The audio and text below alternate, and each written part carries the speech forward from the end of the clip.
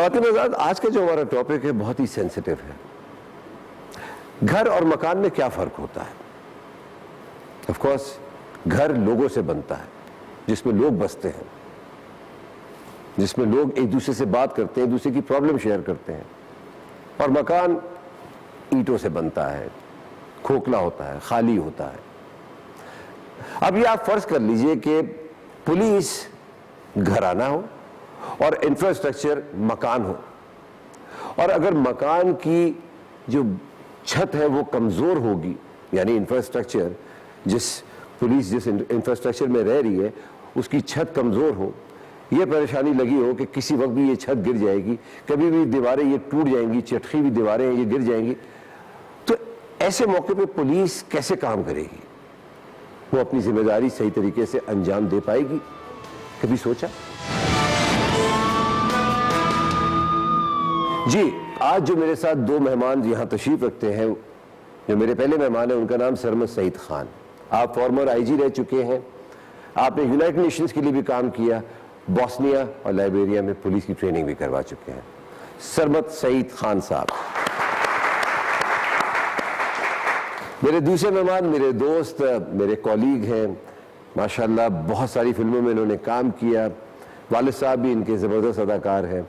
Pashto film के हवाले से ख़ास तौर से पहचाने जाते हैं अरबाज खान साहब।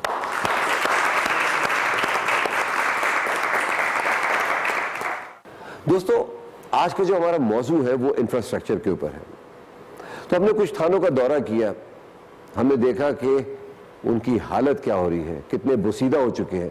उस हवाले से हमने एक छोटी सी फिल्म बनाई है, आइए देखते हैं।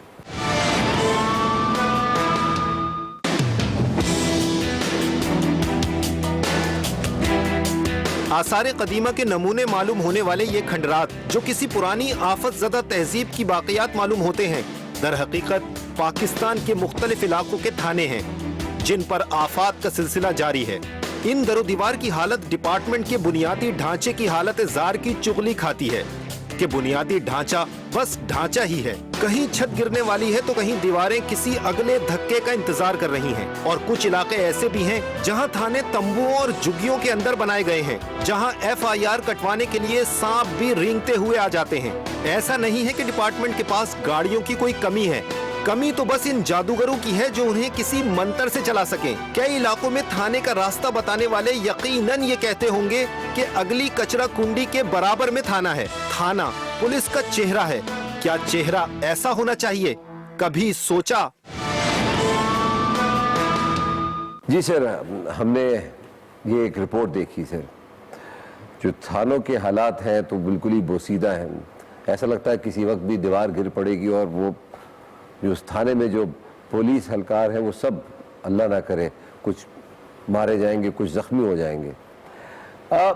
इंफ्रास्ट्रक्चर के हवाले से अगर बात की जाए तो थाने में थाना होता है, कुछ असला होता है, मोबाइल होती है। इसके अलावा इंफ्रास्ट्रक्चर में थाने के हवाले से क्या क्या होता है? 4 किस्म के रिसोर्सेज होते हैं कोई भी काम करने के लिए। एक ह्यूमन रिसोर्स होता है, दूसरे नंबर पे फिजिकल रिसोर्स होता है। फिजिकल रिसोर्स में जो भी चीज़ें टेंजिबल हैं, नज़र आती हैं, बिल्डिंग्स और वेपन्स और इक्विपमेंट और टेलीफोन और ये चीज़ें फिजिकल में आती हैं। तीसरे नंबर पे फाइनेंशियल रिसोर्स होता है, बजट वगैरह होता है। चौथे नंबर पे इंफॉर्मेशन होती है, कानून उनका कैसा है, उनकी ट्रेनिंग कैसी है, उनका नॉलेज कैसा है, कैपेसिटी बिल्डिंग कैसी है, ये होता है। तो पुलिस के पास अगर मैं जो सबसे अच्छी पुलिस हमारे, मैं पंजाब से आया हूँ, वैसे मैंने सिंध में 13 साल सर्व किया है, मैंने सिंधी लिटरेचर में भी मास्टर्स किया अपने यहाँ सिंध में स्टे के दौरान।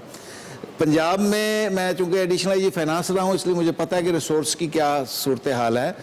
हमारे पास 80% पुलिस स्टेशन अपनी बिल्डिंग में नहीं हैं, या रेंटेड बिल्डिंग्स में हैं, और जो बाकी 20% पुलिस की अपनी बिल्डिंग्स हैं उसमें से मेजॉरिटी ऐसी है जो 100 साल से पुराने हैं और वो बाकायदा ह्यूमन डिवेलिंग के लिए अनफिट करार दिए गए हैं। इसके बावजूद हम उनको इस्तेमाल कर रहे हैं। ये मोबाइलें कब चेंज होंगी सर? मोबाइल जो है वो किसी अगर मुलजिम को ले जाती है ये तो ट्रक होता है, इसमें पता नहीं क्यों हम इसको लोगों के लिए इस्तेमाल, ये तो वजन उठाने की गाड़ियां होती हैं, इट्स ए ट्रक। मैं बॉस्निया वगैरह में था, लाइबेरिया में, तो इसको ट्रक कहते थे। इसी में उनको बिठा के ले जाते होते, जब ब्रेक उनके रास्ते में ही पथरी निकल जाती है सर। जब ब्रेक लगती है जब ब्रेक लगती है या एक्सीडेंट होता है तो हमारे ज्यादा जवान एक दूसरे की राइफलें उनकी बॉडी में से क्रॉस कर जाती हैं, बताया। क्योंकि उसमें कोई ना तो सीट बेल्ट है और ना कोई पकड़ने की जगह है। तो मोबाइल पता नहीं किसने इंट्रोड्यूस करवा दी है पुलिस को कैरी करने के लिए, और पुलिस की जो एक गाड़ी होती है उसको मोबाइल को सिर्फ एक दिन गश्त करने के लिए 10 लीटर पेट्रोल इशू किया जाता है, और एक थाने को चलाने के लिए तकरीबन 2 लाख रुपए चाहिए होता है, जो कि पुलिस स्टेशन का स्टाफ अपनी मदद आपके तहत इधर उधर से अच्छी बुरी जगहों से इकट्ठा करता है।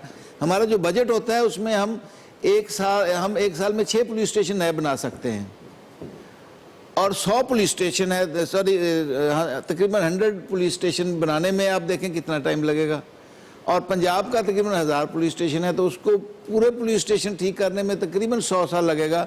और इस 100 साल में जैसा कि काम हमारे अदारे करते हैं, 100 साल में वो 3 दफ़ा गिर चुका होगा।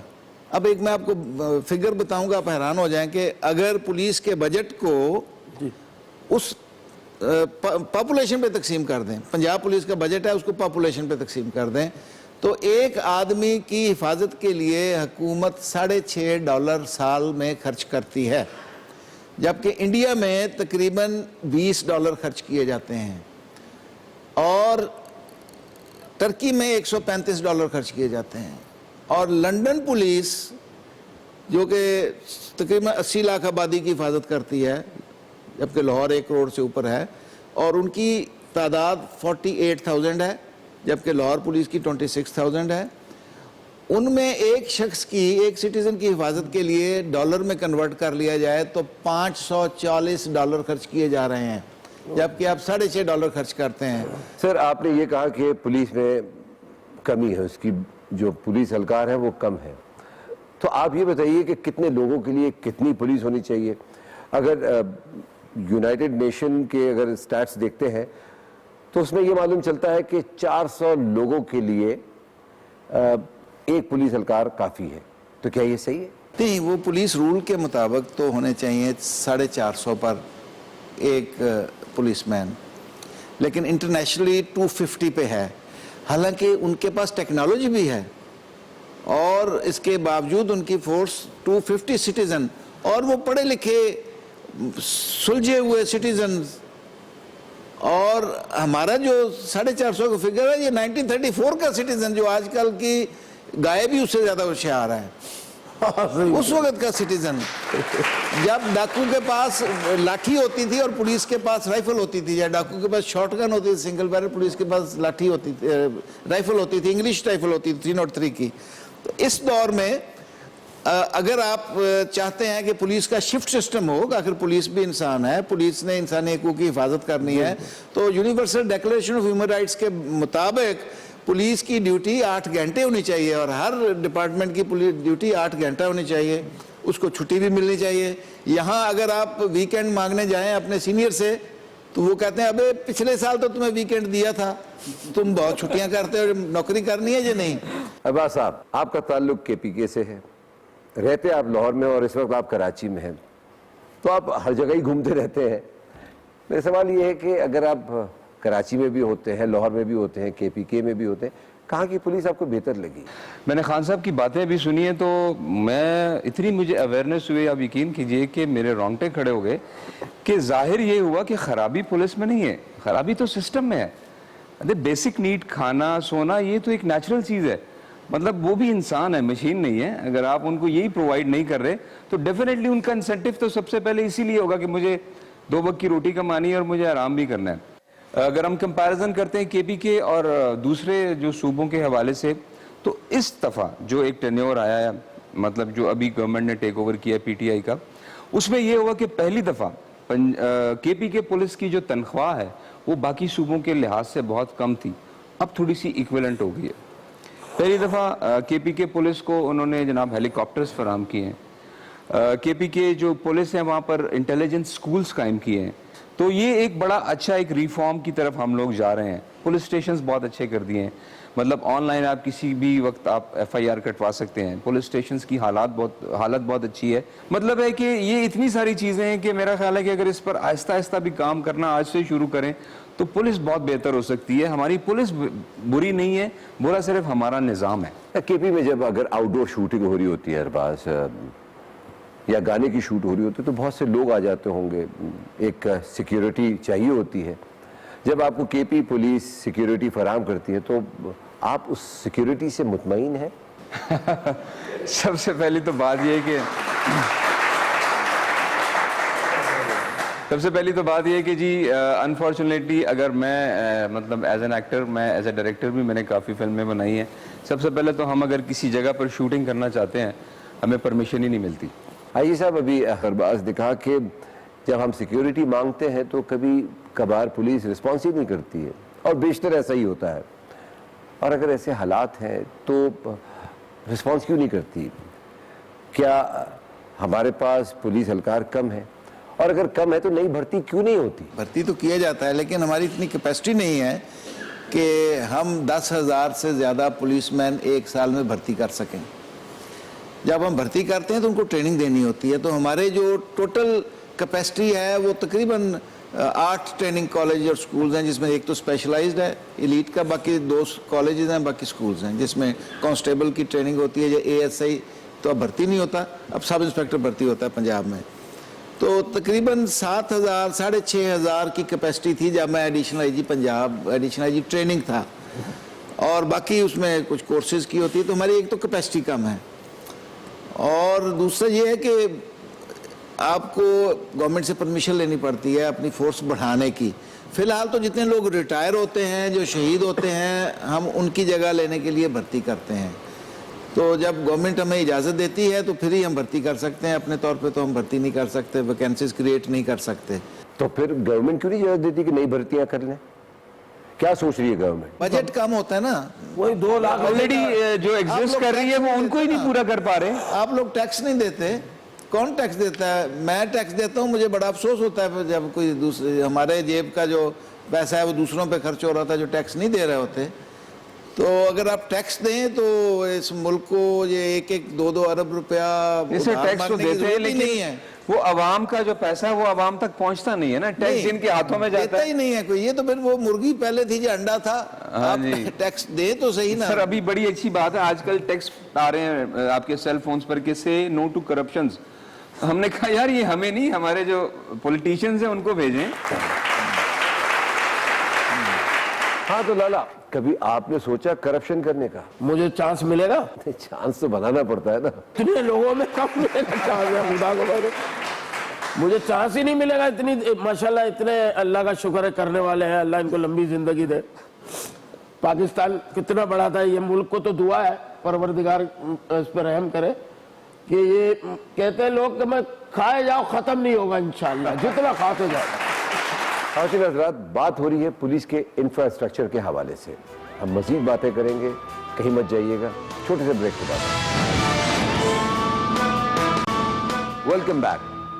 खातिन हज़रात, हमें ब्रेक के दौरान एक और गेस्ट ने ज्वाइन किया है। आप SP हैं सिटी डिवीजन कराची की, SP शैला कुरैशी साहिबा।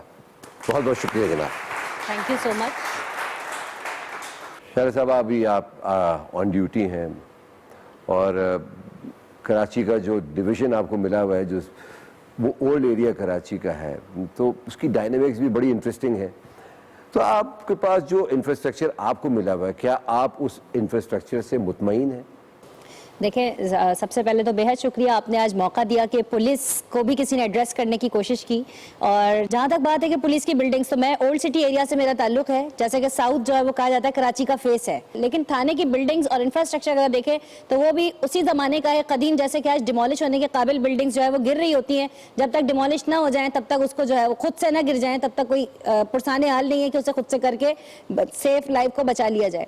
यही हाल वहाँ के थानों का भी है। वो बिल्डिंग्स भी गोरे के ज़माने की बनी हुई है, अभी तक उसको हम थोड़ा बहुत उसको कर देते रेनोवेट कर देते हैं, काबिल बना लेते हैं इसके थोड़े दिन के लिए वो बेहतर से चल जाए, लेकिन उसे दोबारा से हमें करने की जरूरत है। कुछ थाने तो ऐसे हैं जो फुटपाथ के ऊपर बनाए गए हैं, तो अब वहाँ पे ना रिसेप्शन डेस्क है, ना पब्लिक को आप इंटरटेन कर सकते हैं, ना उनकी कंप्लेंट्स को सुन सकते हैं।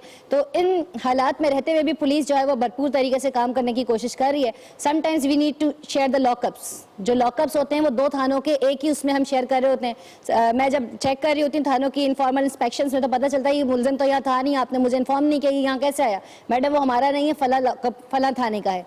तो इवन दो के थाने की जो सैंक्शन जगह है वो भी नहीं मिली हुई। मैं आपसे शेयर करूं कि वुमेन थाना इतनी बुरी हालत में है साउथ का कि उसका दरवाजा खोल के जब अंदर एंटर हो तो छत के टुकड़े आपका इस्तकबाल करते हैं, वो झड़ रही है, बिल्कुल डिप्लोरेबल सिचुएशन है। सो इस सूरत हाल में रहते हुए जहां बैठने के लिए बैरक्स ना हो, रेस्ट रूम ना हो, तो फिर आपको काम करना दुश्वार हो जाता है। तो हमें इनको फैसिलिटेट करना चाहिए, इंफ्रास्ट्रक्चर को बिल्ड करना चाहिए। जो हालात आप बता रही हैं उसे तो ये अंदाजा लगता है कि क्या पीने का पानी भी मिलता है कि नहीं? बिल्कुल नहीं, डिस्पेंसर्स तक नहीं है ना। आपका तो बड़ा बैरून मुल्क का दौरा लगा रहता है, कभी आप दूसरे मुल्क में होते हैं, कभी अमेरिका में होते हैं, कभी लंदन में। तो क्या आप कूलर लेके आओ उनके लिए? मुझे तो ये ताजुब हुआ सुन के इनकी बात के 2 थाने की जो मुजरिम है वो एक ही लाकब में है। यार मेरी ये समझ में, अगर किसी ने बेचारे ने जेब काटी है उसको सजा मौत का ऑर्डर हो जाए तो बोले यार मैंने तो जेब काटी थी, ये मेरे को कौन सी सजा देती है, लोग इसको ले जाओ वहाँ। ये गड़बड़ देखें, ये जिस जहाँ इनकी ड्यूटी है, ये जहाँ इनका थाना है वहाँ मैं रहा हूँ, खारादर में, मीठादर में। लॉकअप में नहीं जी, अल्लाह ना करे, क्योंकि घर पे रहता हूँ तो मेरे लिए घर भी लॉकअप ही है। ठीक है, माशाल्लाह से, अल्लाह का शुक्र। मैं ये पूछना चाह रहा हूँ कि आपने यहाँ की पुलिस और वहाँ की पुलिस में क्या फर्क देखा? बाहर की पुलिस तो अभी सर ने बताया ना, पेरिस की पुलिस देखो कितनी खूबसूरत, अरबाज भाई की तरह, ए बिलू बिलू आंखें, बंदा खुद गिरफ्तारी दे दे यार, ले ले भाई खुदा की कसम। मैं पाकिस्तान में फ्रॉड करके आया हूँ, मुझे यहाँ गिरफ्तार कर लो। और यहाँ की पुलिस तो आप उतरोगे पता चल जाएगा माशाल्लाह से, जैसे ही आएगी ना, आप उनको निकालनामा दिखाओगे ना तो उसमें भी बोल रहे होंगे इस साल का लाइसेंस तुमने टोकन भरवाया नहीं है। सरबाज साहब, आपने कभी पुलिस का किरदार निभाया है, कोई कैरेक्टर किया है? जी हाँ, काफ़ी फिल्मों में किया। जो आपने पुलिस के कैरेक्टर्स आपने किए उसमें कितने पॉजिटिव थे, कितने नेगेटिव थे? मैंने मेजॉरिटी पॉजिटिव किए। मैं तो खैर, मेरा पर्सनल एक ये होता था कि मैं नेगेटिव कैरेक्टर्स की तरफ कभी गया ही नहीं, मैंने बहुत कम नेगेटिव कैरेक्टर्स किए। आपको जचेंगे भी नहीं बॉस। आप खूबसूरत आदमी है, आप खूबसूरत हीरो का कैरेक्टर कर। नहीं, मेरा ख्याल है कि अंदर की भी खूबसूरती ज्यादा काउंट करती है, बहुत ज्यादा विलन तो चेहरे पे नुमाया होता है। नहीं, मतलब जैसे आप हॉलीवुड के विलन्स देख लें, वो देखने में बड़े खूबसूरत होते हैं लेकिन इनर उनका थोड़ा बदसूरत होता है। बहरहाल वो आपका कॉम्प्लीमेंट है, तो मैं हमेशा उसको एक्सेप्ट करता था कि यार मुझे पॉजिटिव प्ले करना है, तो मैंने तो हमेशा पॉजिटिव प्ले किया। और मैं एज ए डायरेक्टर भी, जो मैंने जितनी फिल्म्स बनाई है, मतलब मैंने एक मैसेज के थ्रू किया है, हमेशा उसमें एक मैसेज मैंने कन्वे किया कि नहीं, हमारी पुलिस का जो स्लोगन है कि पुलिस का है फर्ज मदद आपकी, तो वो हमेशा करते हैं। लेकिन फिर बेसिक वही चीजें आ जाती हैं कि उन बेचारों को उनकी बेसिक नेसेसिटीज नहीं दी जाती, वो मजबूरी के तहत ये सब कुछ करते हैं। अजी साहब, अभी शैला साहबा ने बताया कि 2 थाने जो है वो एक ही लॉकअप शेयर कर रहे हैं, क्या पूरे मुल्क में ऐसी हालात हैं क्या? वही बात फाइनेंसिस की। टर्की से हम गुजरते थे 2000 में, जब मैं यूएन मिशन में था बॉस्निया में, तो टर्की में हमें स्टे करना पड़ता था। तो ये बात है 2000 की, 2001। उस वक्त वहाँ की पुलिस ऑलमोस्ट, उनका कंडक्ट हमारी पुलिस की तरह का ही होता था जैसे हमारा अब है। लेकिन जूं उनकी मईशत ठीक होती चली गई तो उनकी पुलिस भी मईशत के साथ साथ ठीक होती चली गई। अब टर्की की पुलिस का बजट इतना है जितना पूरे पंजाब प्रोविंस का बजट है, और अब उसकी पुलिस दुनिया की बेहतरीन जो डेवलप्ड कंट्रीज की पुलिस है उसका मुकाबला करती है। वहाँ ह्यूमन राइट वायलेशन नहीं होती है, वहाँ हवालात वगैरह किसी में। हमारे भी सूरत है इस वक्त जो पंजाब में जितने भी पुलिस स्टेशन हैं पंजाब के 1000 के करीब, उसमें हमने बनाए हैं फ्रंट डेस्क, जिसमें स्टाफ बैठा होता है, खूबसूरत कमरा है, उसमें एसी लगा हुआ है जैसे भी हमने कहीं से भी लिया है, और एक ही तरह का फर्नीचर है, और उनके ऊपर कैमराज लगे हुए हैं।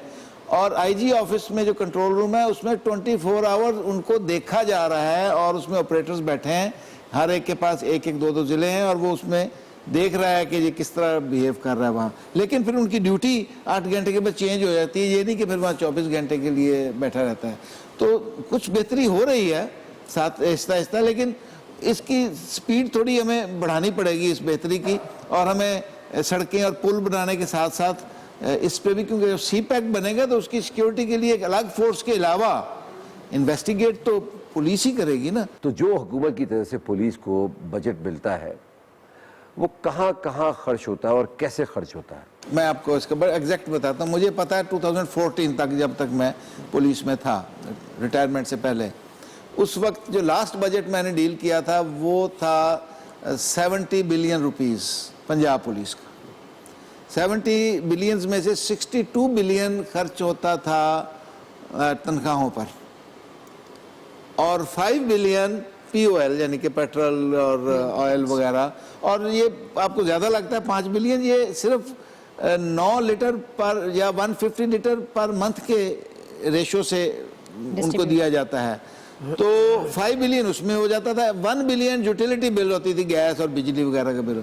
बाकी जो 1-2 बिलियन बचते थे उसमें इन्वेस्टिगेशन, ट्रेनिंग, ऑपरेशन और इक्विपमेंट और एमुनिशन। ये एमुनिशन तो खैर हमने कई साल फायर ही नहीं किया होता क्योंकि एमुनिशन कम होता है। ट्रेनिंग के दौरान भी 15-20 राउंड मिलते हैं फायर करने के लिए। तो यूनिफॉर्म्स हमने 3 देनी होती हैं। तो जब 2014 तक मुझे सिचुएशन पता नहीं है, तो हम 1 यूनिफॉर्म दे पाते थे साल में जवान को। तो इसलिए कम से कम मैं तो जवान को नहीं पूछता था कि तुमने ये, तुम्हारी शर्ट क्यों साफ नहीं है, तुम्हारे बूट क्यों गैर नमूना है, क्योंकि बूट भी हम कई साल उनको नहीं देते थे। जी शैला साहब, तो सिंध की क्या सूरत हाल है बजट के हवाले से, और स्पेसिफिकली अगर मैं आपके थाने की बात करूं, आपको आपके थाने के लिए कितना बजट मिलता है, उसको आप कैसे डिस्ट्रीब्यूट करते हैं? थाने तक तो बजट जाता ही नहीं है, मेरे ऑफिस तक नहीं आता, तो थाना तो दूर की बात। लास्ट ईयर आप देखें 48 बिलियन बजट था, 42 आपकी सैलरी के ऊपर इसमें इम्बर्स हो जाता था। बाकी जो रिमेनिंग है 6, उसके अंदर जैसे सर ने डिस्क्रिप्शन दी है लाइकवाइज इसी तरह से है। इसके अलावा थाने का जो खर्चा है सिर्फ स्टेशनरी का 15 से 20 हज़ार है, और जो बहुत ही ज़्यादा जिस थाने में केसेस रजिस्टर होते हैं, एक थाने को चलाने के लिए 1,20,000 मिनिमम थाना मंथली चलाने के लिए चाहिए, जिसके अंदर आपकी FIR 25 रजिस्टर जिसमें मेंटेन होते हैं, चारों जगह कॉपी जाती है, इतनी डाक आती है, उसकी फोटो स्टेट होती है, प्रिंटर का खर्चा, हर चीज़ देखी जाती है। एक ऑफिस को रन करने के लिए जिस तरह चाहिए होता है, लाइकवाइज एक थाना जो कि एक पब्लिक ऑफिस है जहाँ सैकड़ों कंप्लेंट्स आपको रिसीव हो रही होती हैं, फिर आवाम आती है, FIR कटवाती है, तो कहती है पुलिस वाले ने हमसे 2,000 ले लिए। तो वो अपनी सैलरी 18,000 है, उसने 6 बच्चों को भी पालना है, वो 18,000 में से तो नहीं आपको FIR की बुक्स खरीद के लाके देगा या आपको पर्चे लाके देगा। तो ये गलत प्रैक्टिस चल पड़ी है कि आवाम से ही पैसा लेके उसको मैनेज किया जाता है। फिर आप कहते हैं पुलिस करप्ट हो गई है, पुलिस पैसा लेती है। तो पुलिस को ऊपर से, जब एक बजट का एक रिसोर्स ऊपर से कॉन्स्टेंट्स है, नीचे तक डिस्ट्रीब्यूट ही नहीं हो पाता, तो अल्टीमेटली आवाम जो है वो उसके अंदर शिकार होती है। खातिन हज़रात, बात हो रही है पुलिस के इंफ्रास्ट्रक्चर के हवाले से। हम मजीद बातें करेंगे, कहीं मत जाइएगा, छोटे से ब्रेक के बाद। Welcome back. अभी हम बात कर रहे थे कि कितने लोगों के लिए कितने पुलिस वाले होने चाहिए। अगर मैं इसी सवाल को आगे बढ़ाता हूं, कितनी आबादी के लिए कितने थाने होने चाहिए, तो वो उसका डिस्ट्रीब्यूशन क्या है और इसको आप कैसे आप इसका पैरामीटर्स बनाते हैं? देखें, हमारी जो सूरत हाल है पंजाब में, उसमें मैं आपको एग्जांपल दे सकता हूं जो मुझे एग्जैक्ट फिगर्स याद हैं। कोतवाली थाना जो कम से कम 3-4 लाख आबादी को लुक आफ्टर करता है और कमर्शियल एरिया है, वहाँ पुलिस ऑफिसर्स की तादाद टोटल ऑल रैंक्स तकरीबन 55 है। रेस कोर्स पुलिस स्टेशन जहाँ हर वक्त हड़तालें, और हाई कोर्ट भी उसी में है और ऑफिसेज भी उसी में है और बिजनेस सेंटर है, उसमें तकरीबन 110 के करीब कांस्टेबल और ऑल रैंक्स हैं। अब कोतवाली की जो 55 है, अगर आप इसकी शिफ्ट सिस्टम कर दें, खुदा ना खास्ता अगर शिफ्ट सिस्टम कर दें तो 8-8 घंटे की 3 शिफ्टें होंगी, तो 55 को आप 3 पे तकसीम करें, उसमें से एक को गार्ड खड़ा करें, 1-2 आदमी आप वारंट और समन्स की तामील के लिए भेज दें, और एक आध उसमें गनमैन बनाए, तो पीछे 2 या 3 या 4 लोग आते हैं एक वक्त में इतनी बड़ी आबादी को लुक आफ्टर करने के लिए। इसलिए वो 55 के 55 जो है उनको 24 घंटे वहाँ ड्यूटी देनी पड़ती है, और उनको अगर सोना भी है तो उन्होंने पुलिस स्टेशन में ही सोना है। सर सही कह रहे, कोतवाली थाने में मैं गया हूँ वहां दावत खाने के लिए, 55 ऑफिसर भी है ना, तो 55 के 55 पावरफुल है। मैंने वहां पे बाकायदा कॉमेडी भी की थी, इफ्तिखार ठाकुर वगैरह हम लोग सब थे, और खाना किया था इन लोगों ने। इतने बड़े बड़े थाल, पहले पुरानी फिल्मों में नहीं मुगलिया दौर में रिश्ते के लिए जाते थे थाल ले लेके, इतने बड़े बड़े थाल। देखिए कौन साबुत कहता है कि चढ़े पुलिस, उसमें पड़े। कौन अब- कहता है कि पुलिस सिर्फ खाती है, खिलाती भी है। हाँ खिलाती, बिल्कुल खिलाती है जी, माशाल्लाह। खान साहब, जो आज का मौजू है ना पुलिस के हवाले से, वो है इंफ्रास्ट्रक्चर ऑफ पुलिस। अगर उर्दू में कहा जाए तो इंतजामी ढांचा। आप क्या कहते हैं इसके बारे में? ढांचे की तरह गोश्त सारा निकल गया, सिर्फ ढांचा रह गया, बस सिर्फ हड्डियां और हड्डियां रह गया, गोश्त सारा निकाल निकाल के खा गए। ये किसी ने रान का गोश्त क्या है, किसी ने कोरमा क्या है, सिर्फ हड्डियां रह गया, क्या बस। बात है, बहुत सही आदमी है। खान से और शर्त लगा ली है अपने ठेले से, जो ना बादाम में बेचता नहीं होगा जितनी ये खाता होगा। वाह खान साहब वाह।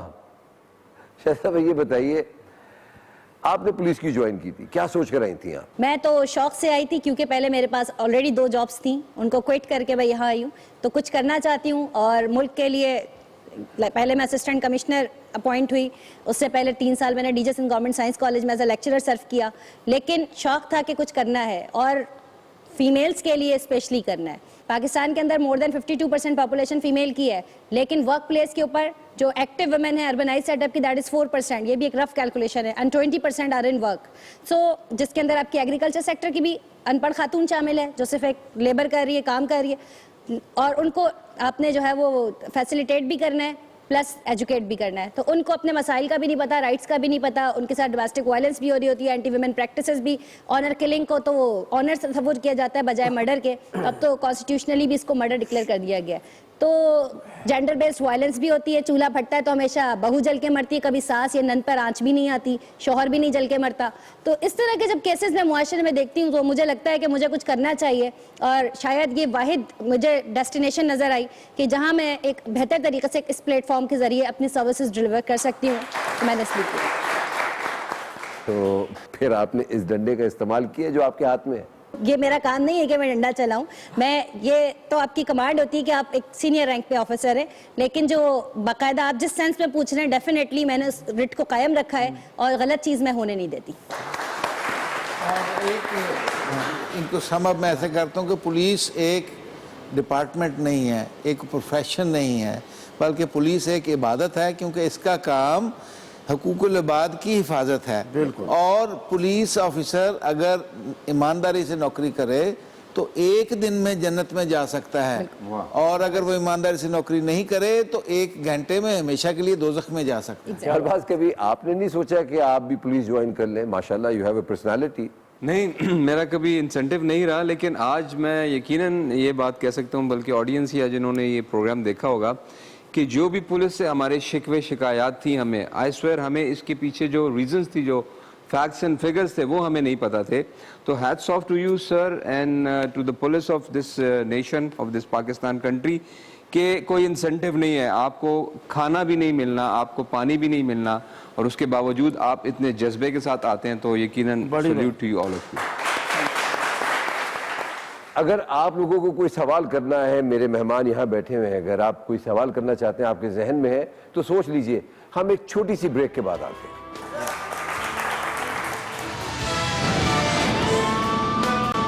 Welcome back. ब्रेक से पहले मैंने आप लोगों से कहा था अगर आप लोगों के पास कोई सवाल है तो हमारे फॉर्मर आईजी साहब सरमद साहब बैठे हुए हैं, एसपी शैला कुरैशी साहबा बैठी हुई हैं, और अदाकार अरबाज खान बैठे हुए हैं। कोई सवाल आपके जहनों में जो आप इनसे करना चाहें? हाँ जी, मेरा ये सवाल था, जब हमारा कोई मोबाइल छिन जाए, कोई चोरी डकैती हो जाए, इवन चेक बाउंस हो जाए, हम थाने जाते हैं, FIR काटते ही नहीं है, यानी हमें 22A की पिटीशन का ऑर्डर लेकर आना पड़ता है। हेड मॉडल ये कहता है कि SP ने मना किया है कि आपके यहाँ बहुत ज्यादा FIR हो गई हैं, तो ये हमारे यहाँ ये क्यों, दुनिया का अनोखा फिनोमेना क्यों एग्जिस्ट करता है? देखिए, थाने के अंदर सेक्शन 154 के तहत जब कोई शख्स आता है, अगर कॉग्निजेबल ऑफेंस है जिसकी कॉग्निजेंस ली जा सकती है, तो duty officer is duty bound to lodge an FIR। अगर वो नहीं करता है तो आप उसकी कंप्लेंट कर सकते हैं पुलिस कंप्लेंट सेल में। तमाम डिविजनल SPs ने, डिस्ट्रिक्ट SSPs ने और DIGs के दफ्तर के बाहर लिखा होता है कि 2 से 5 कंप्लेंट सुनी जाती हैं, पब्लिक फेस टू फेस आके मिल सकती है अगर आपका इशू थाना लेवल पर एड्रेस नहीं किया गया। हम पुलिस ऑफिसर्स की एफिशिएंसी का ताल्लुक का अंदाज़ा उसके क्राइम फिगर से निकालते हैं, लगाते हैं। चुनाचे अगर वो एफआईआर ज़्यादा करें, हर केस को रजिस्टर करना शुरू कर दें, तो पॉलिटिकल लीडरशिप और पुलिस लीडरशिप वो उनको डांटती है कि आपका क्राइम क्यों बढ़ गया है। फिर हमारे लोग, हमारी जो प्रॉपर्टी होती है उसको इंश्योर नहीं करवाते हैं। दूसरे कंट्रीज़ में वो एफआईआर तो रजिस्टर कर लेंगे, लेकिन उसकी रिकवरी उनकी जिम्मेदारी नहीं होगी। हमारे यहाँ रिकवरी उस पुलिस ऑफिसर की जिम्मेदारी हो जाती है जिसको एफआईआर दी जाती है इन्वेस्टिगेट करने के लिए। पहले ही एक इन्वेस्टिगेटर के पास 70 केस होते हैं इन्वेस्टिगेट करने के लिए। उसको मौका वारदात पे भी जाना है, उसके पास गाड़ी भी नहीं है, मोटरसाइकिल भी नहीं है, उसने रिमांड लेने भी जाना है, उसने कोर्ट में भी जाना है।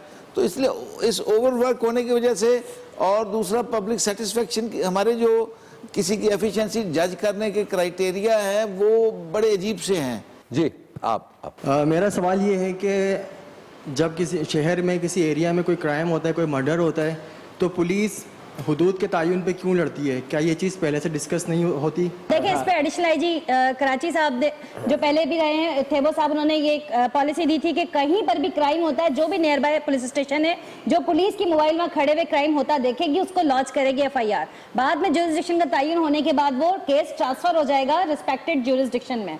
तो ऐसा ही होता है अभी भी। अगर आपके साथ कोई ऐसा वाकया, ऐसे भी पॉइंट्स होते हैं जहाँ पे 3 थानों की हदूद लग रही होती है और ये डिसाइड नहीं हो पा रहा होता कि कहाँ हो जाए। सपोज कर एक डेड बॉडी मिली है और उसमें 3 थानों की ज्यूरिसडिक्शन लगती है, तो अब वो कौन सा थाना केस रजिस्टर करेगा? तो कोई भी ऐसा जो नहीं चाहेगा कि ये मेरे गले में फिल्म आ जाए, कि मेरे ऊपर ये केस पड़ जाएगा, मुझे तफ्तीश करनी पड़ेगी और इसे मुझे जो है वो इन्वेस्टिगेट करना पड़ेगा, डिटेक्ट करना पड़ेगा कौन है कल्प्रिट। सो उस हवाले से वो ज्यूरिसडिक्शन का तयन देखना पड़ता है और कानूनन ज्यूरिसडिक्शंस बनाई गई हैं तो for the sake of understanding. Secondly, जो अरेंजमेंट्स की गई हैं ज्यूरिसडिक्शन का तयन करने के लिए, वो हर ऐसे जो कि जहाँ से आगाज हुदूद और इख्तिताम हुदूद उसके हमने बोर्ड चिस्पा किए हैं, वो देखकर आप कर सकते हैं फैसला। अवाम को भी नहीं पता होता कि वो किस हुदूद में रह रहे हैं, उनको भी नहीं। तो ये पुरानी जो 1858 और जब गौरा रूल करके गया, जबकि जो ज्यूरिसडिक्शंस हैं अल्हम्दुलिल्लाह आज तक चल रही हैं, हमने नई बनाने की तौफीक नहीं की, तो उसको भी रिवाइव होने की जरूरत है। आप तीनों हज़रात का बहुत बहुत शुक्रिया। खातिन हज़रात, एक बहुत ही मशहूर नगमा है, ए जज्बा ए जुनून तो हिम्मत ना हार। अगर पुलिस के पास हथियार ना हो तो वो लड़ने का जज्बा कैसे आएगा? हथियार हो और वीआईपी ड्यूटी करने को मिल जाए तो अपनी जिम्मेदारी कैसे पूरी करेगा? थाना ना हो तो एफआईआर कहां दर्ज होगी? रिक्रूटमेंट से लेकर रिटायरमेंट तक कतरा कतरा मिलने वाले वसाइल से मसाइल कैसे हल होंगे? कभी सोचा? खुदा हाफ़िज़।